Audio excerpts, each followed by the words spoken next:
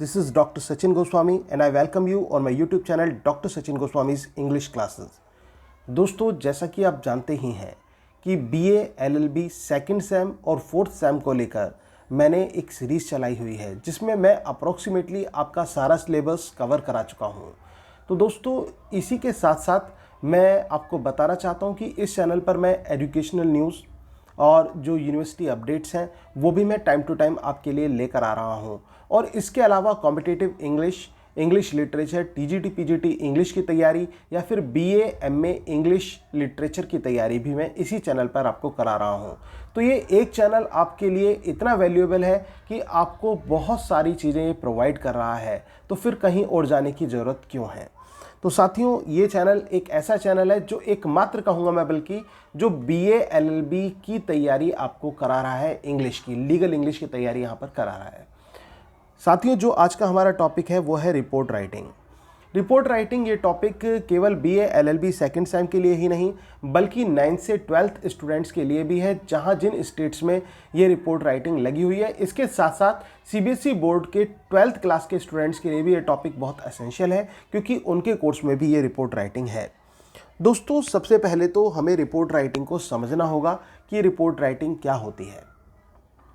ऐसे जो होता है एक डिस्क्रिप्टिव होता है, बहुत लॉन्ग होता है, और इसके अलावा जो एक तरह से प्रेसी होती है, जो रिपोर्ट होती है वो शॉर्ट में होती है और उसमें फैक्चुअल होता है, चीज़ों को फैक्ट में दिखाया जाता है, उसका डेटा रिप्रेजेंट किया जाता है, और सबसे बड़ी बात, it must be formal in language.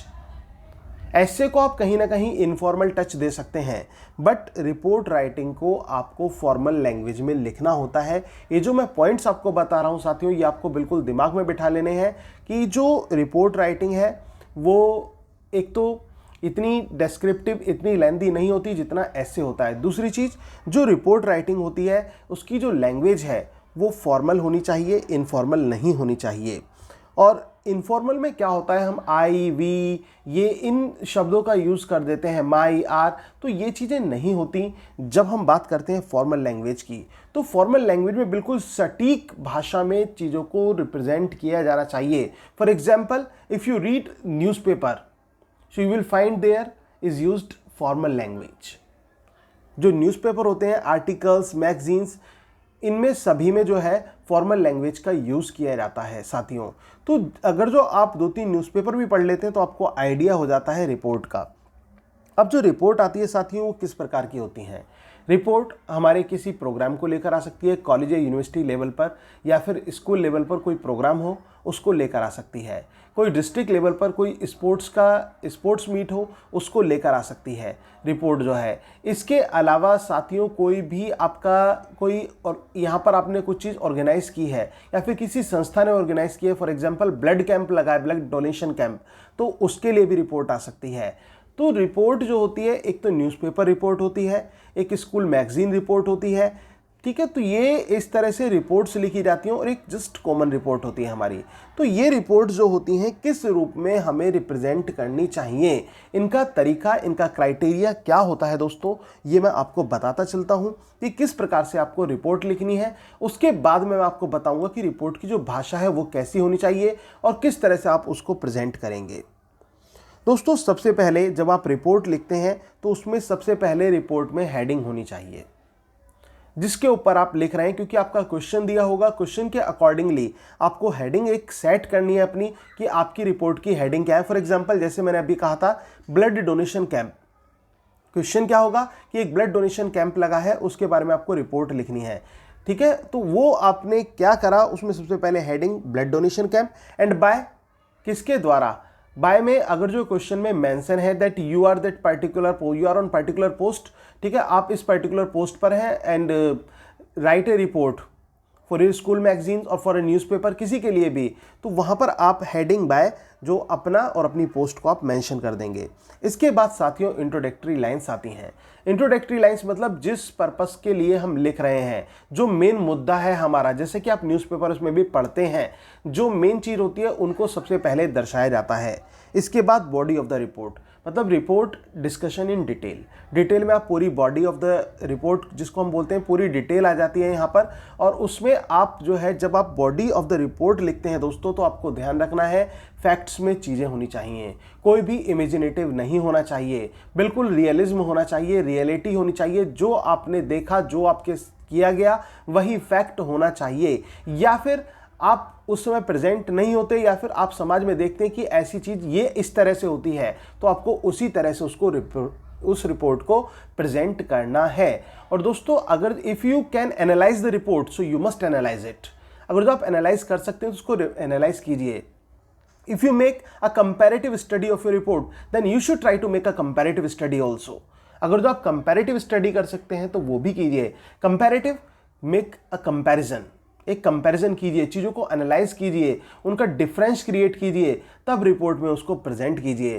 Facts देखिए सोसाइटी में क्या फैक्ट्स हैं उस चीज़ को लेकर, उनको रिप्रेजेंट कीजिए। And in report you can mention points and सब पॉइंट्स।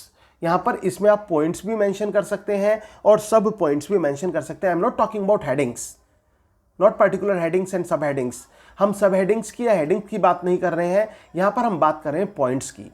आप पॉइंट्स बना सकते हैं, उनके सब पॉइंट्स बना सकते हैं और पॉइंट्स में उनको रिपोर्ट के जो अपने फैक्ट्स हैं उनको उनका डेटा आप वहाँ पर प्रेजेंट कर सकते हैं। तो इस तरह से ये बॉडी ऑफ रिपोर्ट होती है।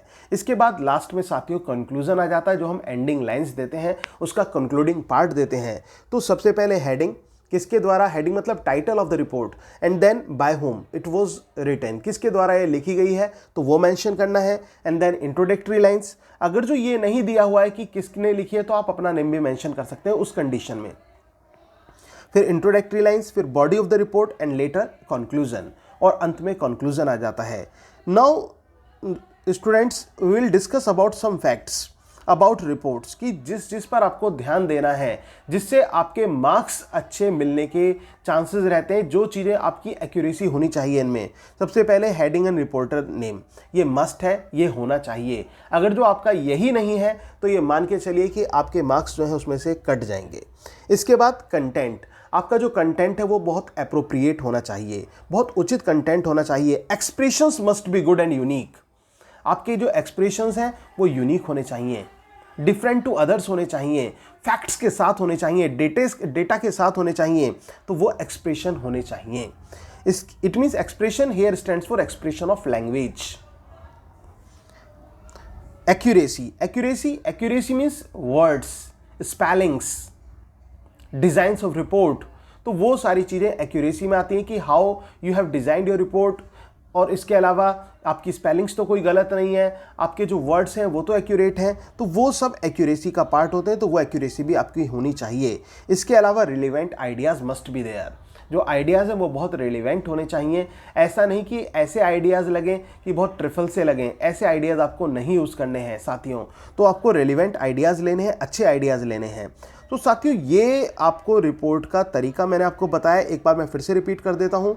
जो रिपोर्ट मेकिंग में सबसे पहले हेडिंग किसके द्वारा लिखी जाती है, देन इंट्रोडक्टरी लाइंस, मतलब उसको आप एक तरह से परिचय देंगे, इंट्रोडक्शन देंगे। After that you will mention the body of the report, later the concluding lines, and these are some main things if you just want to get the good marks in your report writing.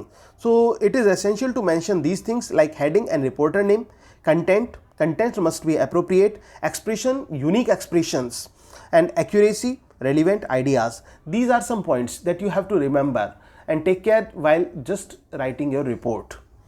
So guys I hope कि आपको ये पसंद आई होगी report writing. दोस्तों अगर आपको ये report writing पसंद आई, या फिर जो मेरे अन्य टॉपिक्स हैं जो मैं आपको ग्रामर के या कॉम्पिटिटिव इंग्लिश के करा रहा हूँ वो आपको अच्छे लग रहे हैं, या फिर जो मैं एजुकेशनल न्यूज़ और यूनिवर्सिटी अपडेट्स आपके लिए लेकर आ रहा हूँ वो आपको पसंद आ रही है, तो प्लीज़ मेरे इस चैनल को सब्सक्राइब कर लीजिए अगर आपने अभी तक नहीं किया है। और सब्सक्राइब करते समय please do not forget to press the bell icon to get the regular updates. And dear friends, please like this video also and share among your friends and comment also. Thank you very much. Yours Dr. Sachin Goswami.